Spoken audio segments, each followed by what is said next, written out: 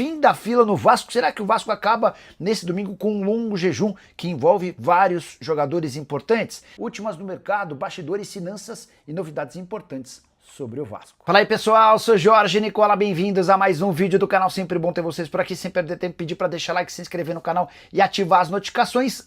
Hora de falar sobre o Vasco, domingo pra lá de especial. Cruz Maltino vai ter a chance de acabar com uma série de tabus se vencer o Corinthians a partir das 18 horas no Maracanã, na final da Copa do Brasil. Jogo de volta na ida, você sabe, 0 a 0 na Neoquímica Arena. Primeiro, o Vasco não é campeão desde 2016, o último título carioca. A última taça nacional levantada pelo Vasco foi em 2011, também na Copa do Brasil. E aqui vem um detalhe mais impressionante: 13 dos jogadores do elenco do Vasco, entre aqueles que são utilizados pelo Fernando Diniz, nunca conseguiram uma taça relevante e podem acabar com esse jejum ao longo do domingo. São eles: Paulo Henrique, titular absoluto e jogador da seleção; Piton, com passagens por Corinthians e Vasco; Cauã Barros, recentemente reintegrado depois de passagem pelo América; Thiago Mendes, que já rodou por vários clubes do Brasil e do exterior; Nuno Moreira, atacante contratado nessa temporada; Verratti, centroavante veterano, com passagem por vários clubes; o Ryan, que começou a carreira no Vasco; o Lucas Oliveira, o Paulinho, o Matheus Carvalho, o Adson, o GB e o Pablo. Entre aqueles que mais conquistaram está o Tietê. O Tietê é o maior campeão entre os atletas do elenco do Vasco no futebol nacional. Entre atletas que mais ganharam no exterior, Felipe Coutinho lidera essa lista. A pergunta que eu deixo para você: o Vasco vai ou não se sagrar campeão da Copa do Brasil nesse domingo? Já usa o espaço para comentário e registra o seu palpite, beleza? Para completar sobre o Cruz Maltino, Fabinho, volante da seleção brasileira e do Al Ittihad, interessa. Formação que surgiu nas últimas horas dá conta de que o Admar Lopes, o executivo de futebol do Cruz Maltino, entrou em contato com o Fabinho, imaginando a possibilidade de um pré-contrato. Nenhuma chance de o Vasco comprá-lo em janeiro, até porque o Fabinho tem contrato na Arábia Saudita até 30 de junho e por lá ganha 11 milhões de reais por mês. A tendência é que o volante de 32 anos de idade venha ao Brasil na metade do ano. E aí o Vasco vai concorrer, entre outros clubes, com o Palmeiras. Bora falar agora sobre Ryan. Vem do Rio de Janeiro a informação de que o Zenit está disposto a pagar 31 milhões de euros, ou cerca de 200 milhões de reais, para contratar o meia atacante do Cruz Maltino. Informação trazida pelo Pedrosa. Mas, apesar das cifras gigantes, a maior oferta que o Vasco já recebeu pelo atleta, o Cruz Maltino decidiu rejeitar a proposta. Há uma convicção em São Januário de que se ficar até a metade do ano que vem, o Ryan vai valer bem mais do que isso. Até porque imaginam que ele possa até ser convocado para a seleção brasileira diante da grande performance com a camisa Cruz Maltina, 19 anos de idade e o jogador mais decisivo do Vasco ao longo da temporada, ao lado do Leonardo Jardim. Representantes do Bayern de Munique da Alemanha também estiveram recentemente em São Januário para assistir ao jogador de perto.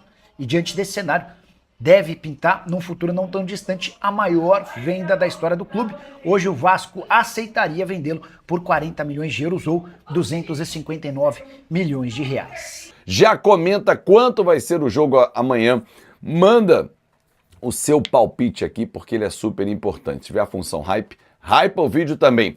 Vamos falar sobre coincidências e curiosidades desse confronto, final da Copa do Brasil, preparação para o jogo, lotação máxima no Maracanã, tudo isso e muito mais agora, já começando com as curiosidades e coincidências desse jogo. Você lembra que em 2011, quando o Vasco foi campeão da Copa do Brasil, o presidente era ex-jogador, ídolo do clube, Roberto Dinamite. Hoje é Pedrinho. Você lembra que no dia 21 de dezembro de 1997, o Vasco era campeão brasileiro, jogando no Maracanã e diante de um time paulista?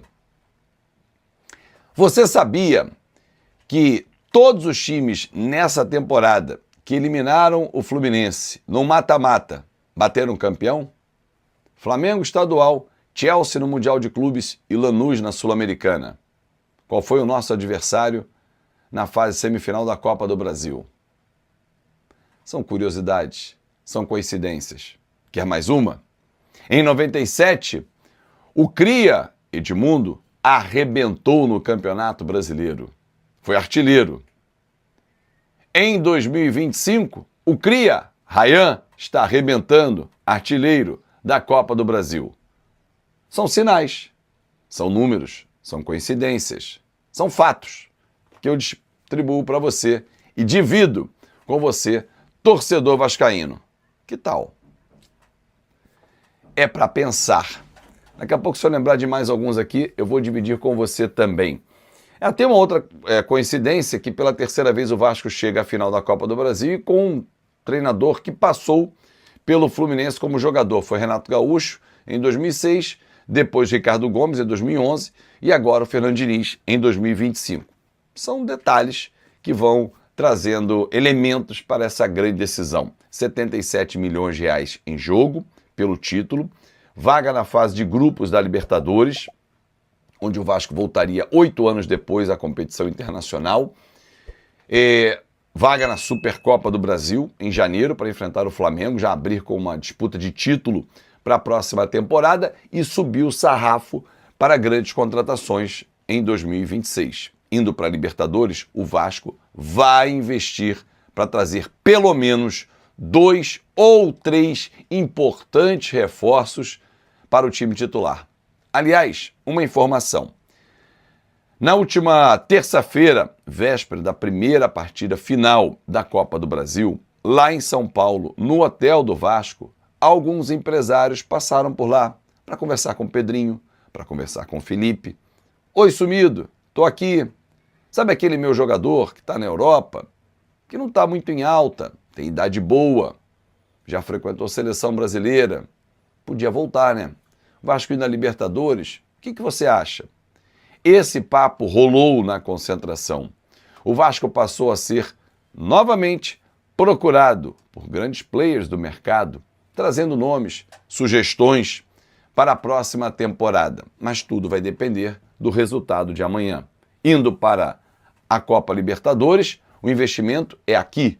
Indo para a Sul-Americana, onde o Vasco já está garantido, o investimento diminui. Tudo dentro de uma responsabilidade financeira. O Vasco e o presidente Pedrinho, eles não abrem mão da responsabilidade financeira. O Vasco, inclusive, está sendo vigiado de perto pela Justiça, por conta da homologação que vai acontecer em breve da RJ, da Recuperação Judicial. O Vasco não vai fazer loucuras, como outros clubes estão fazendo. Vi um vídeo até recente do Nicola, dizendo que o Botafogo está à beira da falência. E há muito tempo eu venho falando sobre isso. Outras gestões temerárias, o próprio Corinthians, adversário do Vasco nesse domingo. Por tudo que acontece no futebol brasileiro, pela responsabilidade que poucos praticam, o Vasco merece demais ser coroado com o título. O título da Copa do Brasil será a coroação de um trabalho responsável, sério e que vai tirar da fila uma torcida que merece demais. Capítulo à parte, a torcida do Vasco é quem mais merece esse título de campeão da Copa do Brasil. Aliás, torcedor, União Brasil-Portugal, está no nosso hino essa palavra, que tanto eu já bati aqui no nosso vídeo, nos nossos conteúdos. E amanhã, mais do que nunca, precisamos dessa união, de jogar junto, jogar pelo Vasco da Gama.